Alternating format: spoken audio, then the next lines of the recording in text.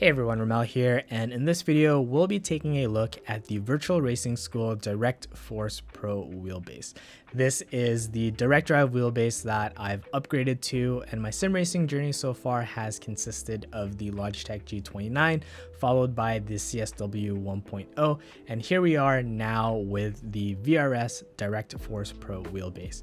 This is a direct drive wheelbase, and it can deliver up to 20 Newton meters worth of force. That is a lot of force, and that is almost triple both the G29 and CSW 1.0 combined.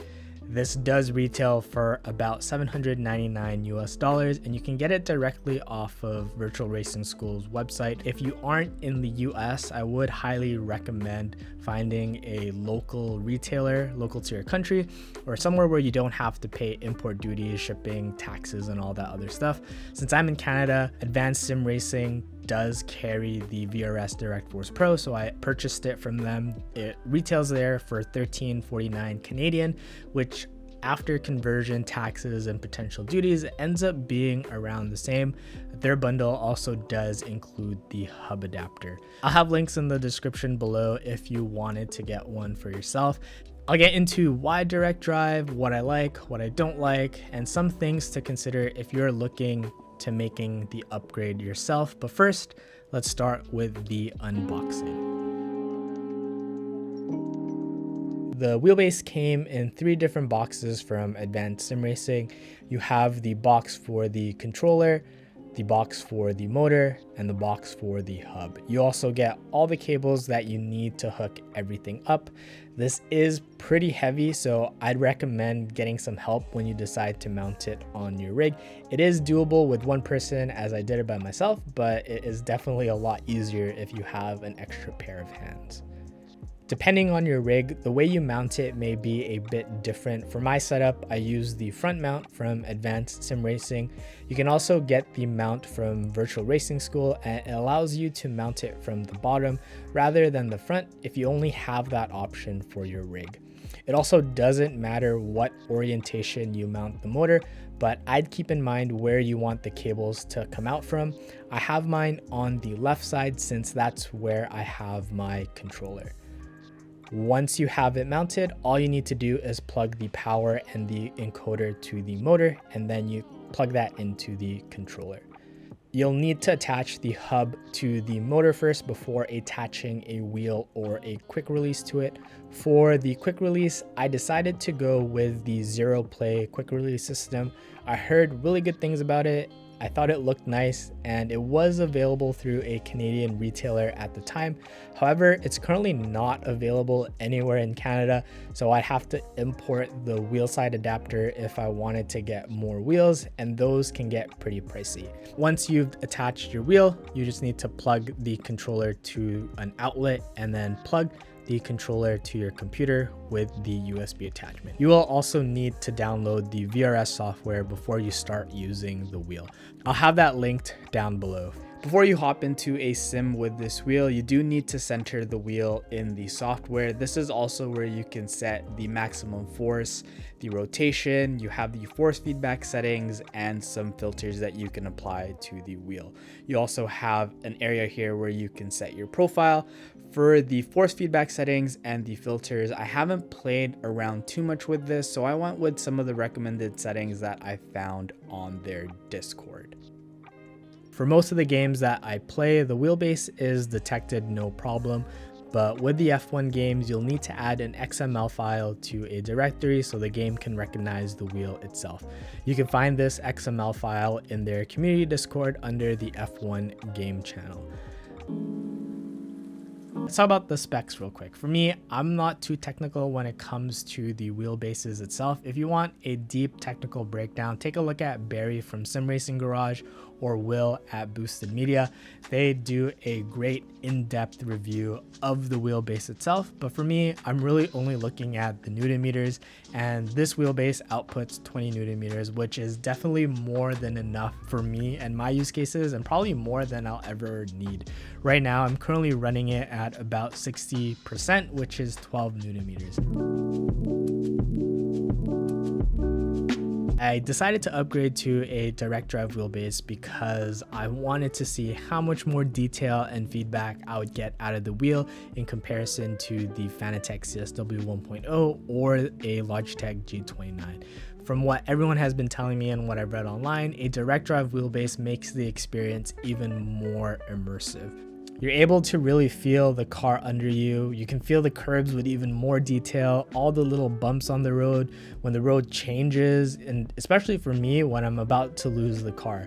When you're looking at a direct drive wheelbase, the total output isn't really the most important, but rather the detail that you can get out of it. Like I mentioned, even though the VRS DirectForce Pro is 20 Newton meters, I only run it at about 60%, which is 12 Newton meters. I feel like that's perfect for me right now with all of the different types of racing that I do. When I first started looking for a direct drive wheelbase, I didn't really want to spend more than the CSL DD or the SimMagic Alpha Mini. I did a little bit more research and decided to spend that extra $200 to get 20 Newton meters. And after that, my mindset kind of shifted and I decided to buy ones, cry ones. One thing to keep in mind is that you do get a lot more detail and immersion out of the wheelbase itself, but it's not necessarily going to make you faster. If you don't have a set of load cell pedals, I would highly recommend getting those first before you upgrade to a direct drive wheelbase.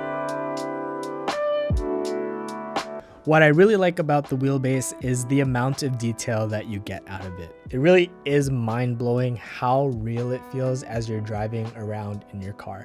I can feel the change in the road texture when I'm riding the curbs, when I'm on the grass. It really is something else, and it's one of those things you really need to experience to understand how different it feels when you compare it to something like the G29. This wheelbase is also silent in comparison to any of the other wheelbases that I've used. I don't hear anything coming out of the wheelbase even when it's under a lot of load. The support and the community is really active in their Discord. If you run into any issues with the wheelbase, you can post in their Discord and someone will be able to help you out. Whether it's a community member or someone from their team, they're really responsive. The VRS software does exactly what you need, but it does look like it was made in the 90s. One nice thing is that it really is easy to manage profiles within the software. If you need to have a different profile, you can save it and just select it from the drop-down. For myself, I have two different profiles, one for all the sims and the other for F1. As for the looks of the software, being a dev myself, I can understand it's functional and it does what you need, but with the competition having software that feels a lot more polished and modern, it may or may not be the difference maker for some. Again, this is something that they can address in the future, but it really doesn't affect the performance of the wheel at all. The only other thing I wasn't a big fan of was how you need these two cables to stick out of the Miege motor. If you've seen other wheelbases, it's all pretty streamlined and you don't have any external controller for any of the newer ones. But once you have it in a good spot, it doesn't really get in the way. I can barely see it as well since it directly sits behind the wheelbase support beam thing. And yeah, here's some footage of me using the wheelbase.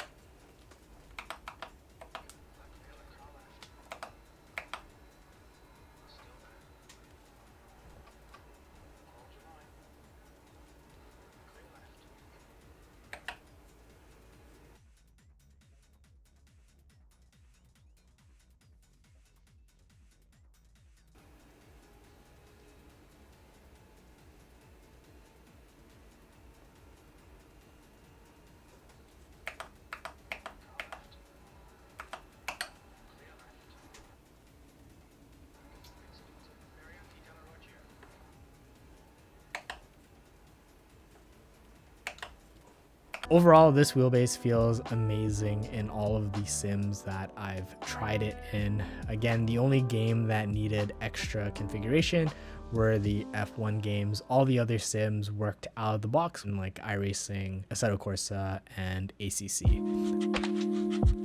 Now, should you upgrade to the VRS DirectForce Pro? If you don't really need more than 10 Newton meters, I'd highly recommend taking a look at the SimMagic Alpha Mini or the Moza R9.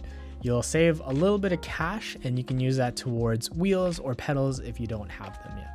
But if you need more than that, I don't really think there's a wheelbase that comes close to the VRS DirectForce Pro.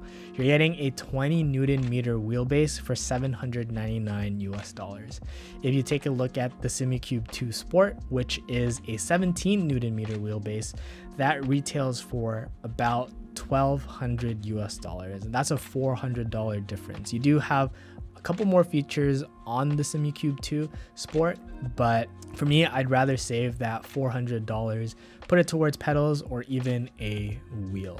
Speaking of wheels, that is another thing to consider when you are upgrading your wheelbase. The VRS DirectForce Pro has the hub adapter, and you can basically attach any wheel that has that 70mm pattern on it to the hub directly, or if you have a quick release system, then you can attach basically any wheel that you want. It does only support USB, and some wheels do have Bluetooth, but for me, I'm not a fan of Bluetooth. I'm worried about the interference. Right now I'm using the Turn Racing BP2 with the R305 when I race GT3 cars, and for open wheel I use the CubeControls Formula Pro. For drifting, I do have a Sparco wheel. They're all attached to a 17mm zero play hub adapter, so I just switch it out with the quick release. The final thing to consider is whether or not you have something sturdy to mount this to. For me, I have this mounted on the Advanced SimRacing ASR3, and that's been really great, especially because I only run it at about 60%. They do have the ASR4 and the ASR6 as well, but I do a deeper dive on the ASR3, and I'll have that linked right here if you wanted to check that out. And if you have any questions or comments, leave them in the comment section below and I'll do my best to answer. But I'll catch you guys in the next one.